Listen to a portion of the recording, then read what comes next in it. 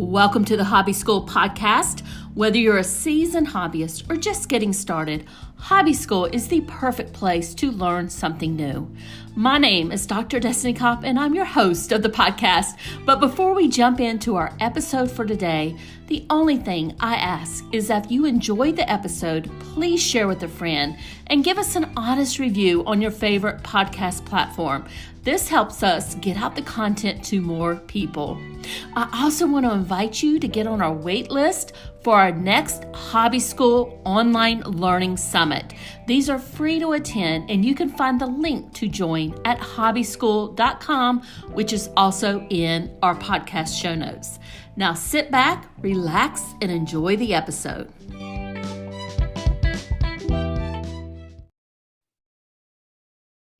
And today, my special guest is Marc Thoma. Marc is with Tranquil Urban Homestead, and today we're going to be talking about growing food at home for your family and how it can be simple. Marc, thank you so much for joining me. I am super excited to chat with you today. I know that a lot of our listeners are interested in, whether they live in an apartment or a home out in the suburbs. They're interested in growing their own food. So why don't we jump right in, and can you tell the audience a little bit more about you and how you help people? Yes. So hello, everyone. I have 15 years of probably actually more now, 15 years of experience growing my own fresh vegetables, fruit, and herbs for my family in a small suburban backyard here on the west coast of Canada. And I'm very passionate about helping other families grow their own food too, regardless of space, time, or knowledge. I see a lot of benefits, which we'll cover in a moment, for growing your own food. I'm also a published author of 2 books for beginner gardeners, and I have a blog and a YouTube channel as well that teach simple time-saving techniques to grow healthy, fresh, homegrown food in whatever space you have. So Marc, let's jump right in. And a lot of the listeners here, they might not have a lot of space. So what kind of food do you grow either in your backyard, or maybe even it might be inside or on a patio or back deck that you have? Yeah. So I have like a whole bunch of different places where I grow food, both, like you said, in the backyard, on my deck, and even indoors. So I grow lots of greens, such as lettuce, kale, spinach, mustards, Swiss chard. I grow quite a few brassicas, which includes cauliflower, broccoli, and cabbage, and a few less common veggies, such as kohlrabi, which we affectionately call UFOs, as the kohlrabi seems to hover in midair on its little stalks. I also grow a lot of beans, such as bush beans, pole beans, drying beans. And then we also grow peas, both the shelling variety and snap peas.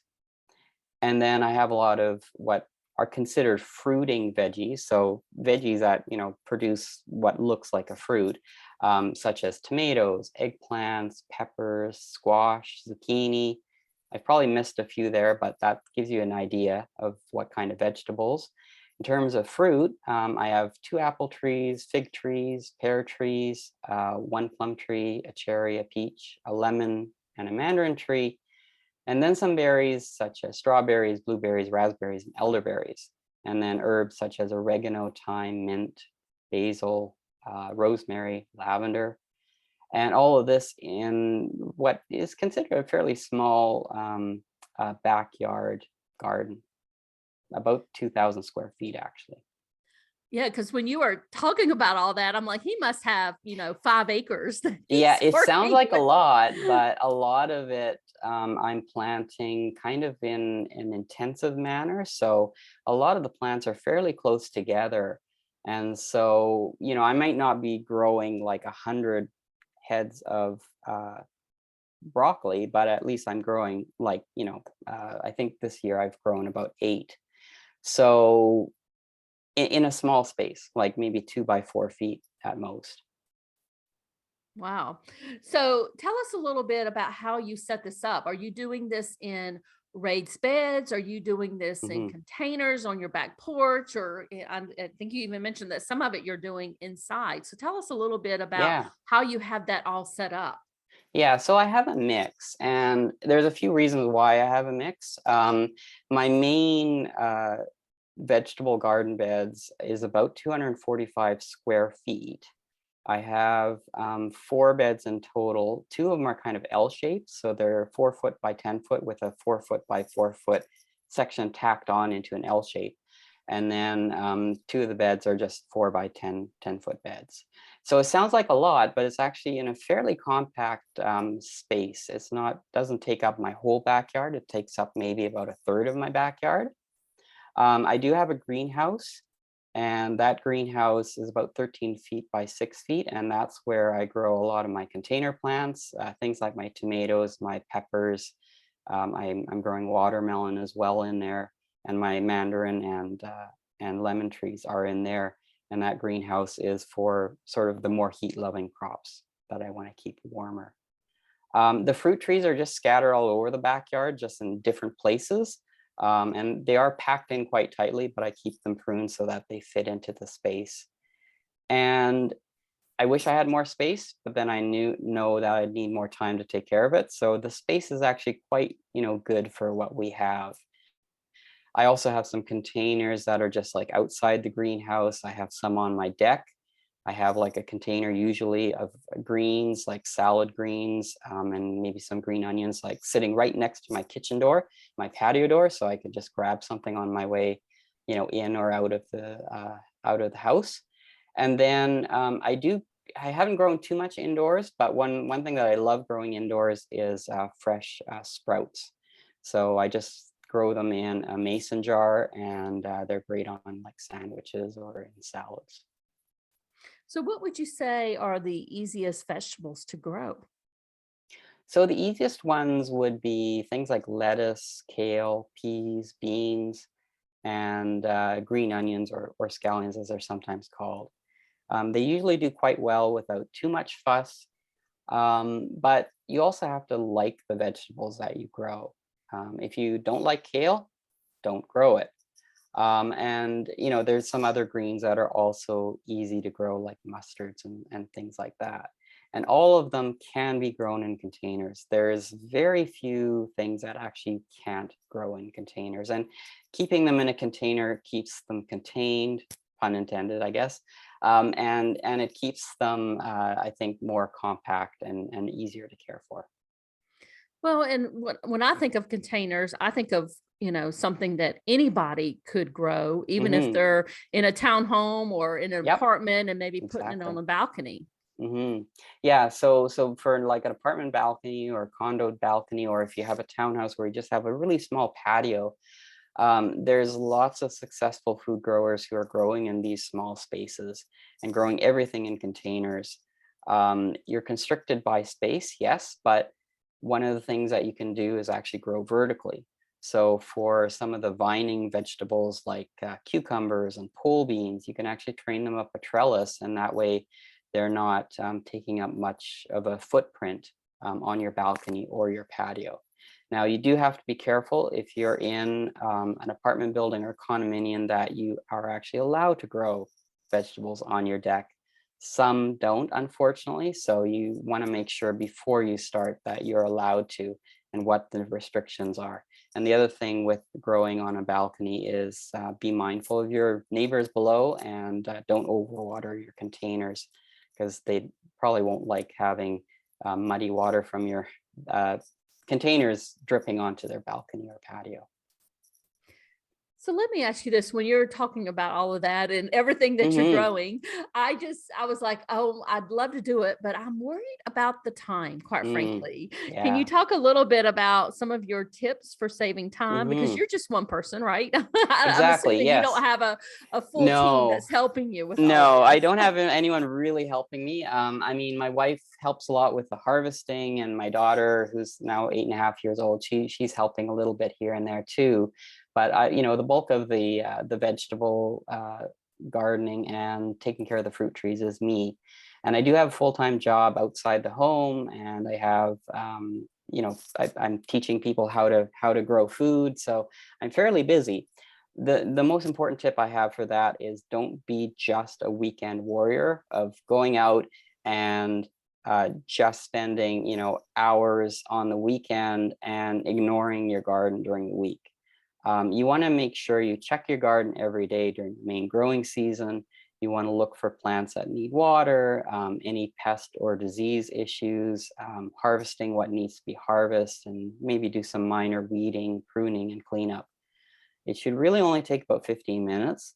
And I find it's also a great stress relief if you do it in the evening after a busy day at the office, to sort of get out, get some fresh air, and sort of commune with nature, right? Touch the plants. The plants, are kind of give off a calming effect. And on the weekend, you can sort of tackle maybe some of the larger projects that you need to work on, but also invest in automatic watering systems if you can. That'll help you a great deal, especially when you're in a heat wave like a lot of places right now are in summertime. And you want to also avoid labor-intensive tasks such as the traditional tilling of your garden or double digging your garden every spring. There's other ways to deal with that, and that's considered no dig or no till gardening. So there's some things that traditionally have always been done in a garden that really don't make sense anymore to do. Well, and I've heard it's not even good for maybe, saying it the wrong way, but not good for the dirt to actually till it. No, it causes problems with the soil structure itself. The soil actually has a structure to it. There's organisms in the soil that are helping break down organic matter in the soil to make it available for your plants. And so by tilling or double digging, you're actually breaking that soil structure and causing all kinds of problems. And also, you'll have more weed problems because you're actually bringing up weed seeds from below, and then they'll be exposed to light and they'll sprout. So since I've been doing no dig gardening, I've had a lot less weeds that I've had to deal with. And that's a great tip. And I think one that a lot of people aren't familiar with. So Mhm. before we hang up here today, can you talk about some of your most common challenges and suggestions that Mm. you have to overcome them? I think the most common challenge is just getting started. I think, there are lots of excuses people use, such as not having enough space, time, or knowledge.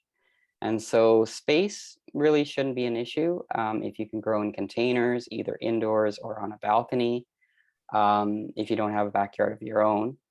And time is also really not an issue if you kind of look at how you spend your time every day and every week. Maybe you can reduce your time on certain tasks that don't provide your family more health and overall well-being. Growing your own food will. And then knowledge should also not be an issue. There's so much information out there. There's good beginners books on gardening. And there's, again, YouTube channels. There's lots of blog posts. You can research pretty well anything and find it online. The challenges of things like pests, diseases, and weeds, again, do your research. You'll find solutions for each. And most of the solutions nowadays that you find are organic, so you don't have to worry about having to spray synthetic pesticides and things like that. And for weeds, my biggest advice is pull them out after it's rained or you've watered, because they come out much easier. That's a really good tip. We get a Hmm. lot of weeds, I think, in our house, and I need to remember to go out after it rains and Yeah. kind of pull them up Yeah, then. and you can mulch them too. Like if you put a mulch on top of the soil, again, that's what no dig essentially does, is you're mulching with compost. But the mulch will suppress the weed seeds from even sprouting. So that helps a lot as well. So, Mark, you have a YouTube channel and a blog that goes into more details here. Can you tell That's people right. how to find you? And we will Yeah. also make sure that the links are in the show notes too. So my main website is tranquilurbanhomestead.com. It's actually branded as Healthy Fresh Homegrown, but it is on tranquilurbanhomestead.com. And then my YouTube channel is called Healthy Fresh Homegrown, and the link will be available. So you can check out my YouTube channel as well. And you also have a free gift for the audience. Yes. So I do have a container garden guide, which is a free download. And again, that link will be provided. You can just go there, enter your email address and your name, and then you'll get that free container garden guide. And once you're on my email list, you'll also be getting actually a weekly email every Friday morning with some extra tips and information for how you can grow food for your family better. And I love your container guide because I feel like that is something anybody could use, Yes, no matter yeah, where they're living, an apartment or whatever, they could use that and Yeah, start that's growing. very versatile. Yeah, start growing their own vegetables. So, Mark, thank you so much for joining me. I learned so much, and thank you for sharing your knowledge with us. Great. Well, thank you very much for having me.